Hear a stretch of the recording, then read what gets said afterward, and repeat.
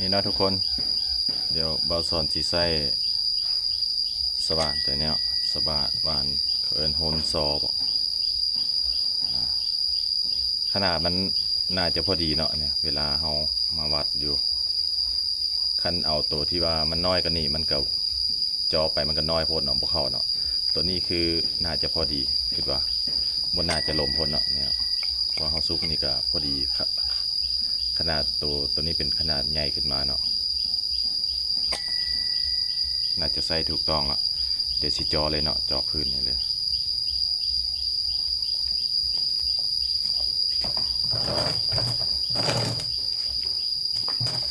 ตัวนี้สิจอหูสำหรับเห็ดทอน้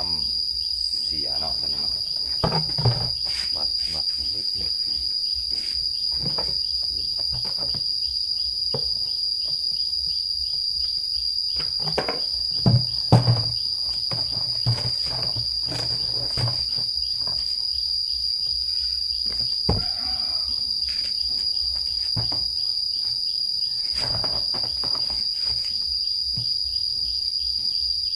นี่น่าจะพอดีแล้วทุกคน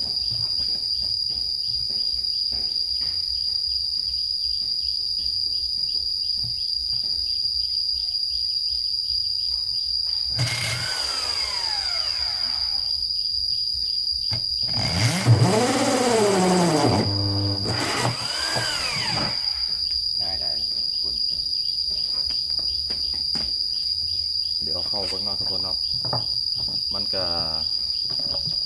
ซุปเขาง่ายนะหลบหน่อยนึงเนาะแต่ว่าเวลาเขาเคี้ยนเขาอย่างละน่าจะพอดีเนาะทุกคนเนาะเพราะว่าเอาเมื่อกี้นี่หูนี่เนาะเอาตัวที่น้อยกว่านั่นจอเนาะ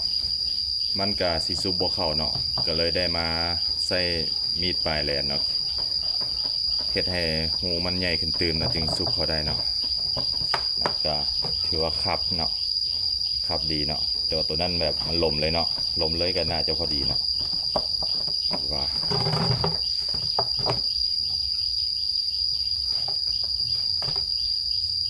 ว่าน่าจะรั่วเนาะเวลาเขาเคียนเขาอย่างมันก็มีสิ่งเกิดความหนาขึ้นเนาะน่าจะพอดีเนาะ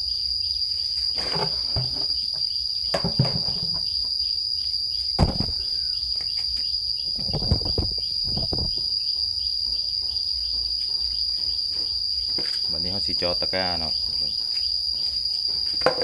ตะกร้า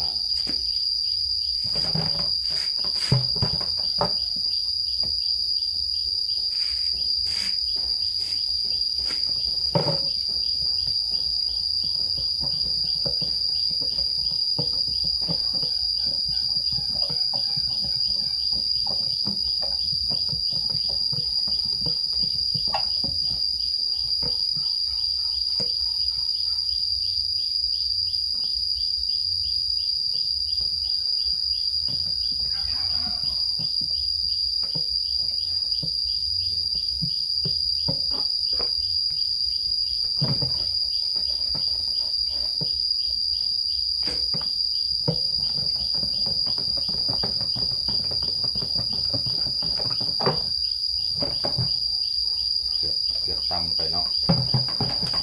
พอดีบัวต่ำไป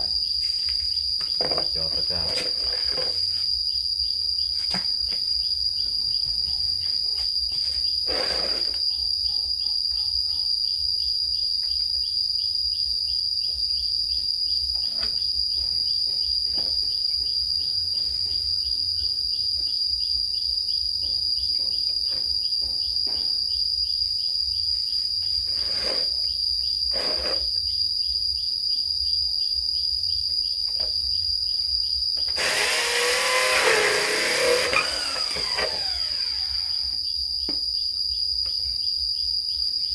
ทุกคนเนาะพอดี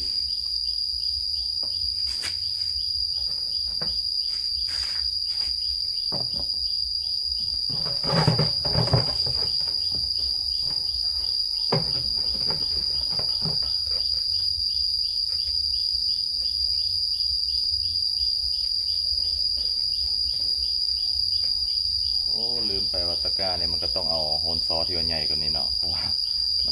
ลมต้องลมตัวนี้เนาะก็เป็นอย่างนั้นเขาตัดขยายหูออกให้มันกว้างตืมก็น่าจะได้เนาะเอาใส่กันไกรตัดก็ได้เนาะให้มันลมตัวนี้เนาะ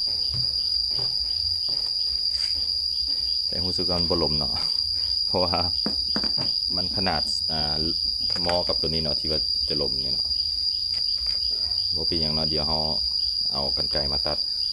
มีตัดมาตัดให้มันกว้างขึ้นตืมก็ได้จะได้นะตอนนี้เขาก็ได้จอครบแล้วเนาะสามหูเนาะเดี๋ยวไปขั้นตอนต่อไปกันเลยต่อไปเนาะใส่โฮนซอตัวนี้เนาะเพื่อเจาะหูทางด้านถึงเนาะที่เราที่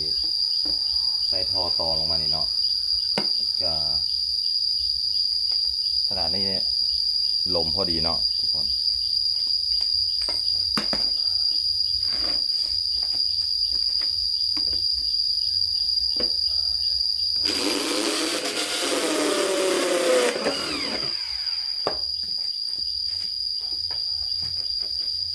แต่ในนึงเนาะจะบุเป็นอย่างเนาะทุกคนเนาะ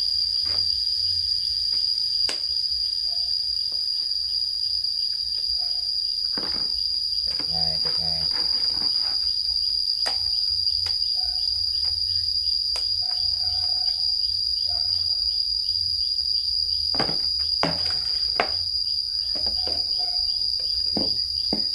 เรียบร้อย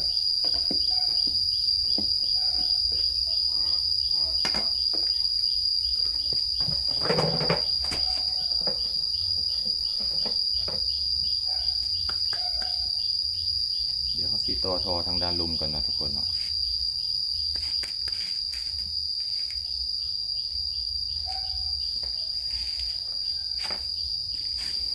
ก่อนอื่นเราก็สีเขียนอันนี้ด้วยเทปพันเกี่ยวกันเนาะ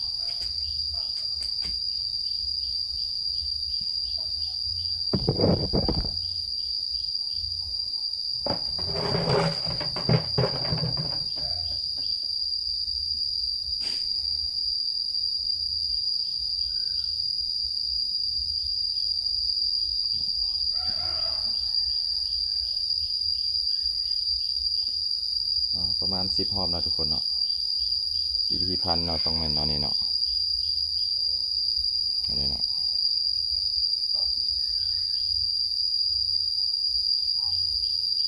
ทวนเข็มนาฬิกา2 3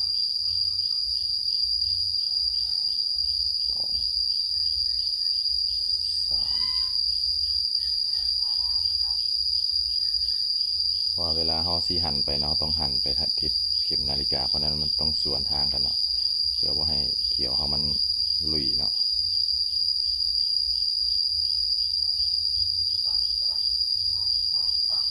นั่นเลยว่าต้องพันหมดหรือเปล่าน่าจะพันเฉพาะส่วนปลายๆกันน่าจะได้เนาะเดี๋ยวเขาเอาซ้ำนี้ก่อนประมาณ10 หอบได้ปะบุ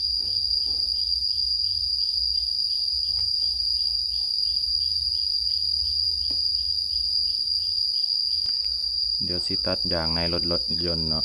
รถยางในเพื่อว่าสิมาห้องตัวนี้เนาะเพื่อที่จะมาห้องเป็นกันซึมเนาะยามันสีรั่วเดี๋ยวมันสีหัวเนาะเดี๋ยวสิตัดนี่เนาะตัดเป็นหู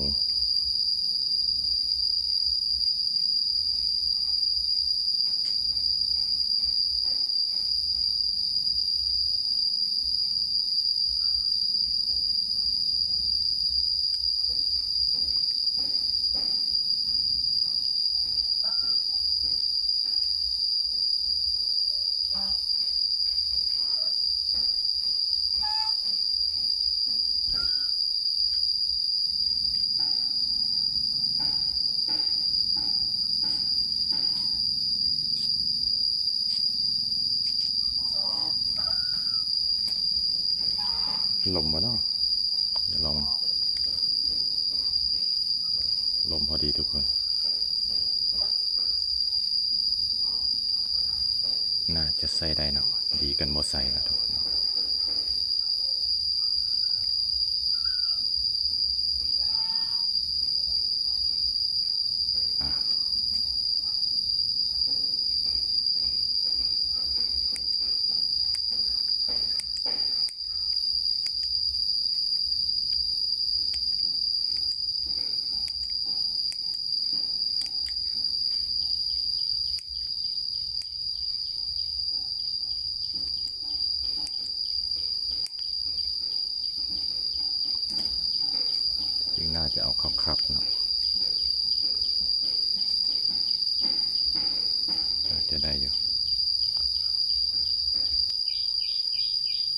กคนเบาสอนตัดใหม่นะตัวนั้น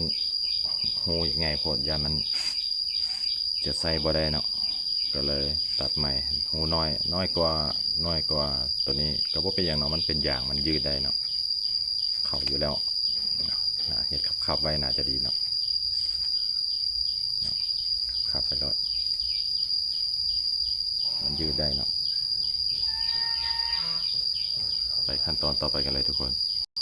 เดี๋ยวเขามาประกอบทอทางด้านลุ่มกันเลยเนาะทุกคนเนาะเดี๋ยวลองดู